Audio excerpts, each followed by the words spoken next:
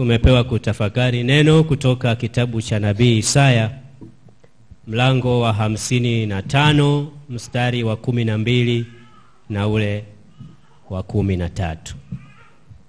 Isaya mlango wa 55 mstari wa 12 na ule wa 13. Nitasoma neno hili kwa msaada wa Bwana. Maana mtatoka kwa furaha, mtaongozwa kwa amani. Mbele yenu milima na vilima vitatoa nyimbo, na miti yote ya kondeni itapiga makofi.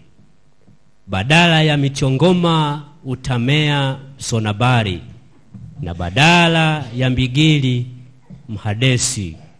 Jambo hili litakuwa la kumpatia Bwana jina, litakuwa ishara ya milele isiyokataliwa mbali. Amini. Tuombe. Baba mwema, Mungu mtakatifu, katika jina la Yesu, asante kwa huruma hii kubwa uliotupa kukusanyika mahali hapa. Tuhudumie mwenyewe kama upendavyo. Kila mmoja aliyekuja hapa, Bwana, amekuja kukusikiliza. Sisi tuko tayari kukusikiliza ili useme nasi. Katika jina la Yesu usikie kuomba kwetu. Amini. Na tukae.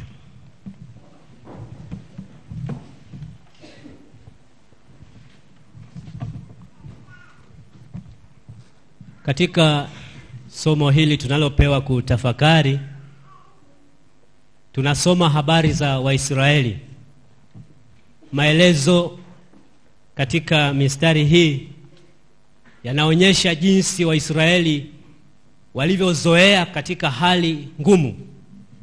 Wameishi maisha ya kukata tamaa, wakipambana kutafuta mkate wa kila siku, wakitafuta kula na kunywa. Lakini ndani mwao wakaona kama vile Mungu hahusiki nao. Wakajihisi kwamba wanapambana kwa nguvu zao na wanakula kwa nguvu zao, kwamba Mungu hana nafasi katika maisha yao. Wakiwa katika hali hiyo, wakiwa wamechoka na kukata tamaa, wakifikiri katika kupata kwao ni kwa nguvu zao, wanapelekewa mjumbe. Nabii Isaya anapeleka ujumbe kwao, akiwaangalia jinsi walivyokata tamaa na jinsi Mungu anavyowafikiria na kuwawazia vizuri.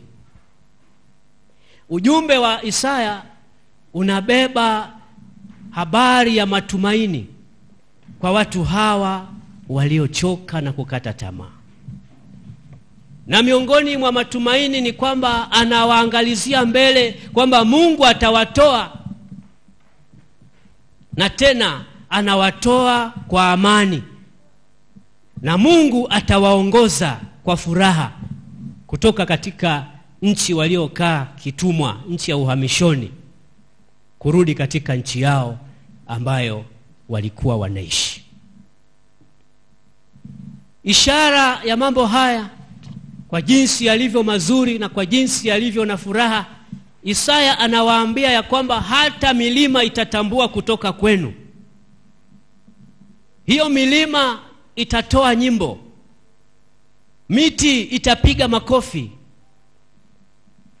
ishara ya kwamba kuna jambo jema zuri linafanyika mbele ya milima na mbele ya viumbe wengine. Sasa unaweza ukashangaa lugha hii inayotajwa kwamba vilima na milima vitatoa nyimbo, alafu miti itapiga makofi. Tena anasema kwa habari ya mazao mazuri yatakayopatikana kwenye ardhi. Ardhi ambayo ilikuwa inazaa mbigili, anasema haitazaa tena mbigili, itazaa mazao mazuri. Ni ishara ya kwamba watatoka katika hayo mahangaiko na mateso, na watashangiliwa hata na vitu visivyo vya kawaida. Yawezekana ukafikiri sana kwamba miti inatoaje nyimbo. Milima inatoaje nyimbo? Miti inapigaje makofi? Lakini Mungu anataka kuonyesha tu kwamba katika kile anachokikusudia kwa watu hawa ambao wamekaa katika uhamisho, wakateseka katika nchi ya Babeli kwa miaka mingi, na wakafika mahali wakaona Mungu hawasaidii kwa lolote. Mungu anataka kujitambulisha kwao kwamba bado nipo na ninatambua hicho kinachoendelea, na kwamba siku moja mtatoka. Hayo mateso hayatakuwepo tena. Na ishara yake ni kwamba hata milima yenyewe itashuhudia watu wanaopita kwa furaha, kwa sababu wametoka katika nchi ya mateso. Labda unaweza kujiuliza kwamba hivi wewe ukisikiaga, unasikiaga sauti gani?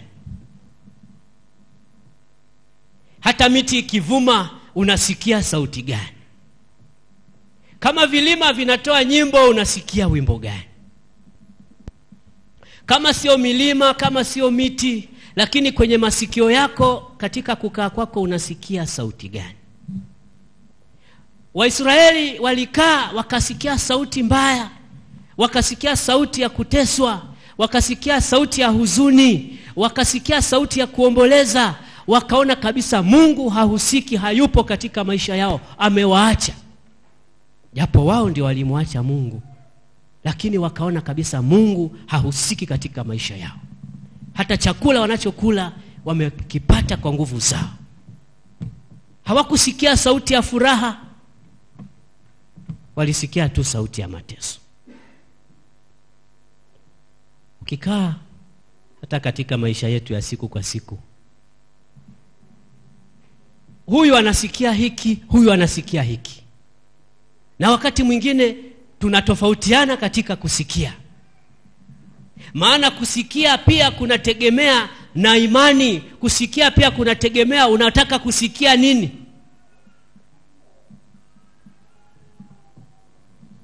Lakini siku zote kuna habari nzuri ambazo mtu anaweza kusikiliza. Je, unasikia sauti gani? Wapo wanaosikia sauti ya kulaumiwa tu. Yaani maisha yao yamejawa na huzuni na wasiwasi, na hata wakisikia sauti wanasikia sauti ya lawama tu. Yaani maisha yao yamejawa na kulaumiwa. Hata akizungumza na mtu, anachotanguliza kufikiri ni kwamba labda hapa nitalaumiwa. Wapo watoto ambao wameishi katika maisha ya kuhangaika na kuteseka kiasi kwamba hata akiitwa wakati mwingine anaweza asiitike, kwa sababu tayari anasikia sauti ya kuteswa tu. Wengine wameteswa kiasi kwamba hata hajaitwa anaweza akaitika. Kama ni mzazi huko ndani akikohoa tu mtoto asema abe au naam, umeniita. Maana anakaa mkao wa kusumbuliwa tu, hata hajaitwa anasikia kama ameitwa. Ni sauti anazosikia, anasikia sauti tu za wasiwasi, sauti za kusumbuliwa. Na kama mnafuatilia vizuri, unaweza ukaona watoto waliopitishwa katika hatari, katika shida, wanasikia sauti mbaya, hawana furaha. Maisha yao yamejaa hofu na mashaka, hawana uhakika na maisha yao. Kwa hivyo wanasikia sauti za hatari. Mpaka utakapowaambia sauti njema, sauti nzuri, ndipo wanaweza kukaa katika mkao na kutulia. Lakini wengi wataonekana kama wamewehuka, hawakai katika utulivu. Na hawa ndio wanaosumbua hata shuleni, kwa sababu hawana utulivu. Wamezoea kusikia sauti za kutishwa, sauti za hofu, sauti za kukerwa, sauti za kuumizwa. Hata wakiwa shuleni hawana utulivu. Unasikia sauti gani? Wengine wanasikia sauti za matusi tu, sauti za kutukanwa. Akikaa anakaa katika mashaka tu kwamba pengine hapa hakutakuwa salama, linaweza likatoka tusi hapa, naweza nikatukanwa hapa. Sauti anazosikia ni sauti tu za matusi, kwa sababu ya maisha aliyoishi ya matusi. Anakuwa hana utulivu. Kila anachofikiri anawaza kwamba pengine hapa yatatoka matusi. Lakini wengine wanasikia sauti za kubezwa. Hajiamini. Hata akitoka anakuwa tu na wasiwasi. Akila anakula kwa wasiwasi. Akivaa anavaa kwa wasiwasi. Inawezekana amependeza, amevaa vizuri, amependeza, lakini sauti anazosikia za kubezwa tu. Hata akitoka hajiamini, anasubiri kusikia sauti mbaya akiambiwa wala huna lolote, hujapendeza, umejihangaisha bure, wenzako hawafai hivyo. Kwa anatoka lakini hajiamini, kwa sababu sauti ambazo zinasikika masikioni mwake za kubezwa tu. Wengine wanasikia sauti za kupigwa. Kila wakati akikaa hana utulivu. Hofu yake ni katika kupigwa. Hajapigwa lakini anaishi katika hali kama vile tayari amepigwa. Hana utulivu. Anasikia tu sauti za kupigwa, sauti za hatari. Lakini wengine wanasikia sauti za kukataliwa. Kukataliwa. Yaani anaona yeye si kitu, hayumo. Miongoni mwa watu hayumo. Miongoni mwa watu wanaozunguka hayumo. Anakuwa katika hali ya kuona kama yeye hayumo duniani. Anasikia tu sauti za kukataliwa. Wengine wanasikia sauti za kutengwa, kubaguliwa. Milima, miti, viumbe wengine ni kweli wanaweza wakatoa sauti.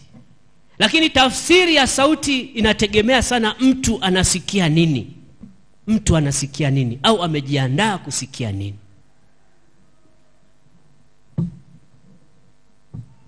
Mpendwa,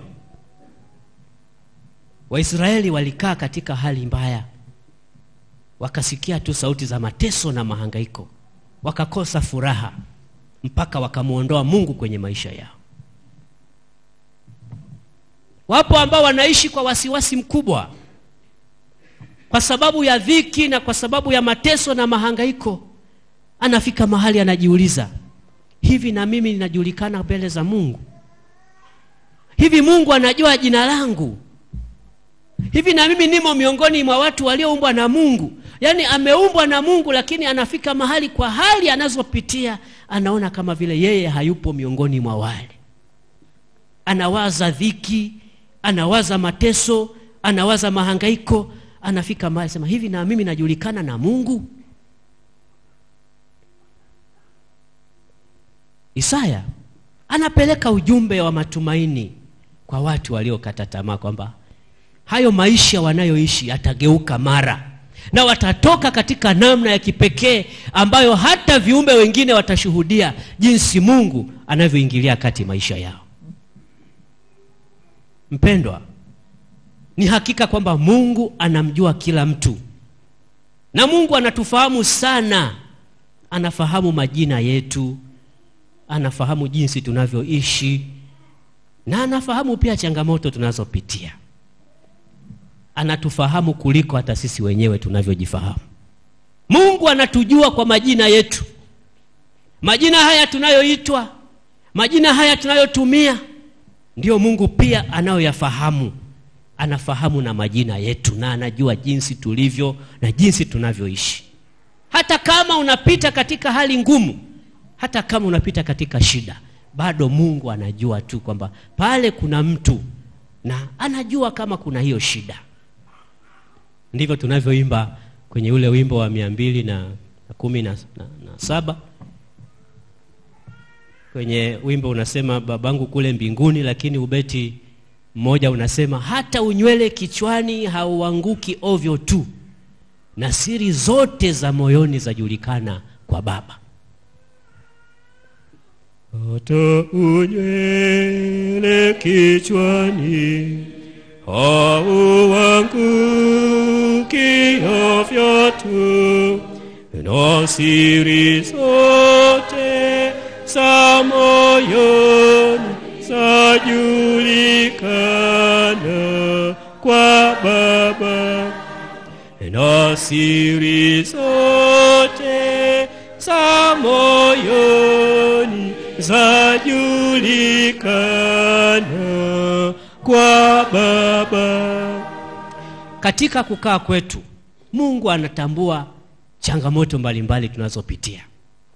Tukiulizana hapa, tukitafutana hapa, kila mtu ana dhiki zake, kila mtu ana shida zake, kila mtu ana maumivu yake, kila mtu ana taabu yake. Tunachokumbushwa katika ujumbe huu ni kwamba tusije tukamsahau Mungu, tusije tukamuondoa Mungu.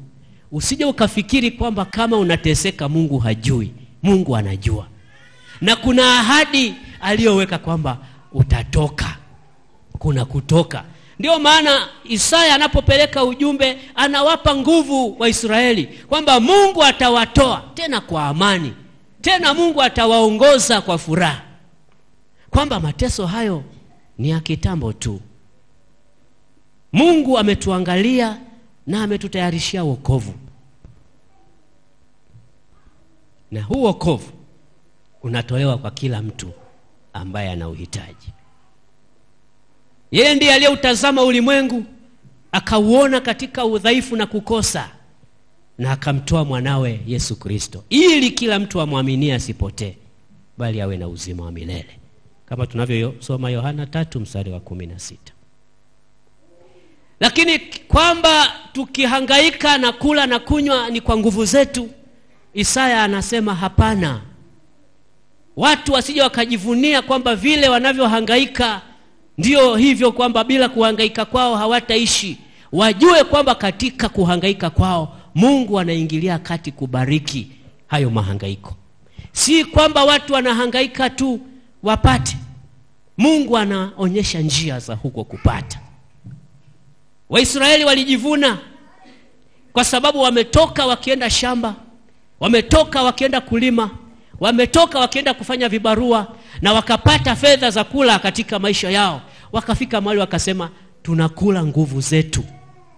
Tunakula nguvu zetu, kwa hiyo Mungu hayupo, Mungu hatusaidii, tunasaidiwa na nguvu zetu. Na inawezekana wapo wengi pia wanaofikiri kwamba kwa sababu wanatoka kwenda kwenye vibarua, wanapata mahitaji, wakaona kama vile ni kazi ya mahangaiko ambayo Mungu hahusiki. Lakini Mungu anahusika kwa 100%. Na yeye ndiye mtoa riziki. Mungu anatoa riziki bila malipo. Chochote unachokipata si kwa sababu ya nguvu zako mwenyewe, bali ni Mungu ameruhusu. Na kama ni Mungu aliyeruhusu, usimdharau na kuona kwamba Mungu hahusiki katika kile nilichokipata. Kama hujapata, ni ahadi tu ya Mungu kwamba endelea kupambana, wakati ukifika na wewe utapata. Mungu anatoa. Wakati wa kipaimara tunapojifunza yale maombi, sehemu mojawapo ya maombi tunaomba kwamba utupe leo riziki yetu, kama tunavyosali katika sala ya Bwana, utupe leo riziki yetu. Lakini katika ombi lile anatambua kwamba Mungu anawapa watu wote. Akasema hata waovu chakula chao. Anawapa watu wote, akasema hata waovu chakula chao. Wewe Mungu anatupa riziki zetu. Wakati wa kutupa riziki haangalii kwamba kwa sababu huyu ni mtakatifu ndiye ninayempa, lakini mwenye dhambi simpi. Angefanya hivyo, yawezekana wengi wetu hapa tusinge kuwepo. Maana Mungu angetuadhibu kwa uovu, akasema hatupi riziki zetu, hatupi chakula, tungekufa. Lakini anawapa wema, anawapa waovu. Na ndio maana riziki ya Mungu inatolewa bila malipo. Yeye anatambua mahangaiko yetu, na katika hayo mahangaiko anatupa mahitaji yetu ya siku kwa siku. Huyu ndiye Mungu tunayetakiwa kumwangalia hata tukipita katika mazingira magumu. Hata ukakosa chakula cha usiku, usikae na kufadhaika na kusema Mungu hanioni au Mungu hanihudumii. Hata ukikosa labda ada ya mwanafunzi, usikae na kusema labda Mungu hakutambui au Mungu hakuoni. Hata ukikosa mahitaji ya siku kwa siku, usikae na kufikiri kwamba Mungu hakuoni. Badala yake endelea kungoja kwamba Mungu ananitambua, na wakati uliokubalika atanipa sawa sawa na mahitaji yangu. Tukimweka Mungu mbele, ataendelea kutuhudumia na tutafikia malengo yetu ya siku kwa siku. Yeye Mungu anayetujali, anayejua maisha yetu, aendelee kututunza sasa na hata milele. Amini. Mungu mtakatifu, Baba mwema, katika jina la Yesu, asante kwa sababu wewe unatuwazia mema, na sisi tunakiri uwepo wako kwetu, kwa sababu kila wakati umekuwa Mungu wa kutuangalia. Ni kweli kwamba wakati mwingine hatukufikia malengo na hatukufikia yale tunayoyatamani, lakini si kwamba wewe hupo. Wewe upo na unaendelea kututazama, na siku moja tutafika. Kama walivyoahidiwa Waisraeli kwamba Mungu atawatoa tena atawaongoza, ndivyo na sisi tunavyotumainia katika yale tunayotamani kuyafikia, katika yale tunayotamani kufanya. Tunajua Mungu utatuongoza tena kwa furaha. Utusaidie Bwana, tukaendelee kukutukuza sasa na hata milele.